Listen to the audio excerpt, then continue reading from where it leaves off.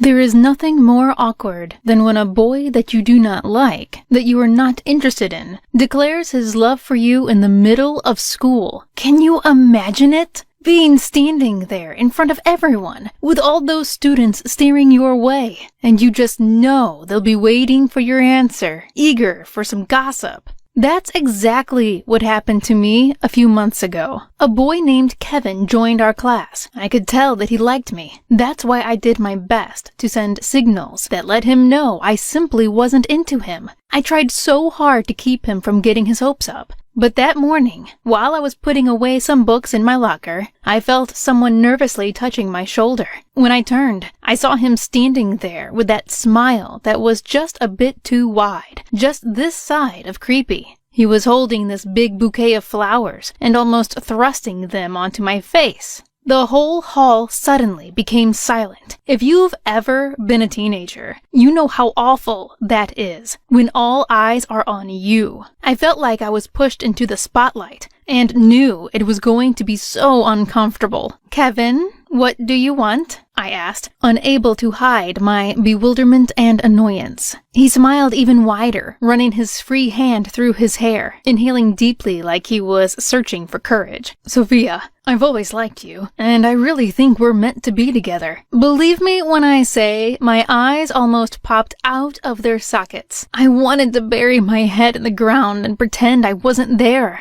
I wanted to scream at him to get the hint. I simply did not like him. But since this was the first time he actually asked me out, I figured I needed to be gentle about my rejection, even if he had put me in the spotlight. "Look, I'm not interested, Kevin. I'm sorry if I ever gave you the impression that I liked you that way. I really would rather just remain friends." Oh, the look of anger in his eyes was so fierce, I was afraid he was going to hit me. He stared at me as if I was some kind of monster for daring to reject him. "Sophia, I'm standing here with flowers. How can you reject me?" he snapped, making me shake my head in annoyance. Was he really saying that to me? "We're meant to be together. You just need to accept it." I was about to snap at him when the bell rang. Well, I was certainly saved by the bell. I took the opportunity to escape him, somewhat frightened by his creepy intensity. The rest of the school day, I did everything in my power to avoid him, even though that meant spending most of my free time in the girls' bathroom. In the afternoon, I arrived home, feeling exhausted, stressed, and worried. I had the creepy feeling Kevin would appear like some kind of vampire or zombie, jumping out of a dark corner. Fortunately, instead of finding that creepy guy, I was delighted to see my mom sitting in the living room, waiting for me, with a big bowl filled with my favorite snacks. "Mom, what are you doing here so early?" "Ooh, are those my favorite chocolates?" I asked, hugging her tightly, really happy to see her. I sat by her side and munched on a piece of chocolate. That was exactly what I needed. She smiled brightly at me and nodded.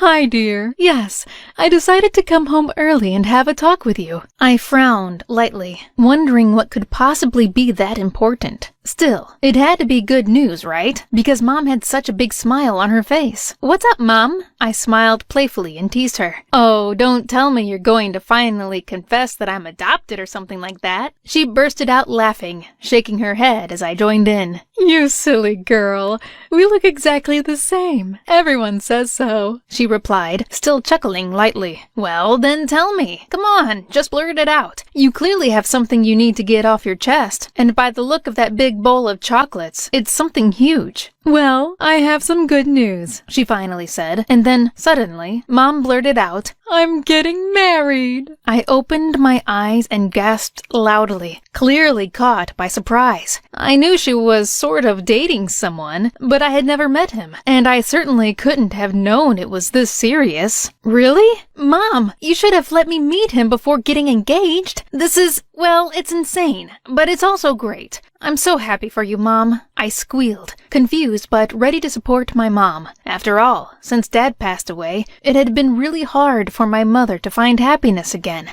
I needed to be there for her and support her decision. Less than a week after that, the time to meet my future stepfather and stepbrother arrived. Mom organized a lavish dinner party, and she was so jittery, trying to make sure everything was perfect. She even bought me a brand new dress to impress the guests of honor. I heard someone ringing the bell, and I nodded to Mom, indicating that I'd be the one answering the door. After all, I was the one that needed to get to know the guests. My smile froze on my lips as I saw who was standing there, though. The older guy I'd never seen before, but the younger one? It was Kevin. Sophia, you see, I was right.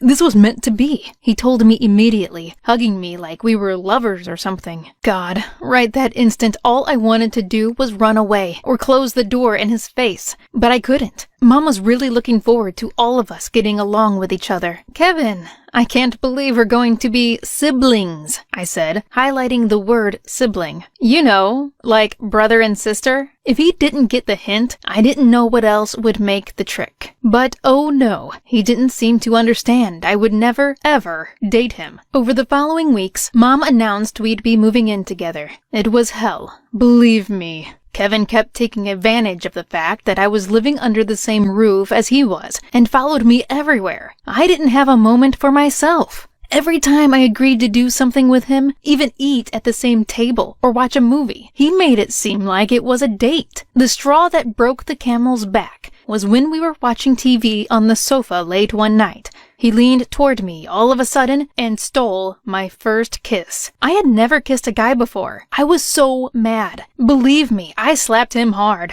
But still, he kept on thinking that I was into him. For a while, the slap seemed to do the trick. He was still flirting and hitting on me, but he didn't dare try and touch me. I decided it was time to give him the silent treatment so he'd understand that I was mad at him for ignoring my rejections. That was when Mom called me into her room to have a talk with me. I didn't know what could be wrong, but I was about to find out how messed up family could be. "What's up, Mom?" I asked, sitting next to her. She looked so mad. Sophia, we are now a family, and you need to accept it, she told me, giving me a frustrated, almost disappointed look. You can't keep ignoring your brother. That's not okay. Poor Kevin is so sad. I need you to be nice to him. I looked at her in complete disbelief. Mom, aren't you even going to ask me why I don't speak to him? I protested. I couldn't believe what I was hearing. My mother was taking Kevin's side. Look, Sophia, I have already seen how bad you treat him, and I will not allow it.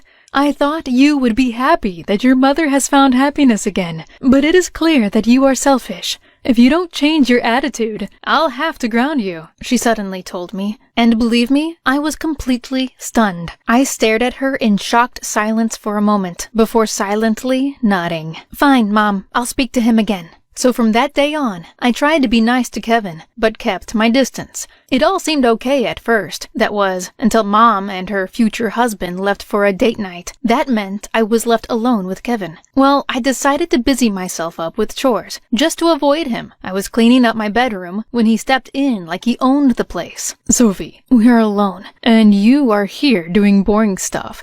It's time to enjoy this empty house and make out, he said, trying to grab me. I pushed him away, so mad and frustrated. Quit it, okay? This isn't going to happen, I replied, but he didn't seem to care what I was telling him. Sophia, you and I are never going to be just siblings. I want to be your boyfriend, and believe me, sooner or later, that'll happen. You're just being stubborn, but I'll get my way in the end. I opened my eyes wide, unable to believe what he was saying. I was just about to slap him hard when I heard my mom walking in the front door. Kevin blew a kiss and left the room like it was no big deal. I felt so impotent, and it was clear my mom would always take Kevin's side. From that day on, Kevin kept on trying to kiss me, kept on trying to touch me. I felt so scared, so frustrated. Finally, I understood no one in that house was going to help me. So finally I decided I needed to find outside help. I called my Uncle Jack and began sobbing miserably, telling him everything that was going on. I can't live here any longer.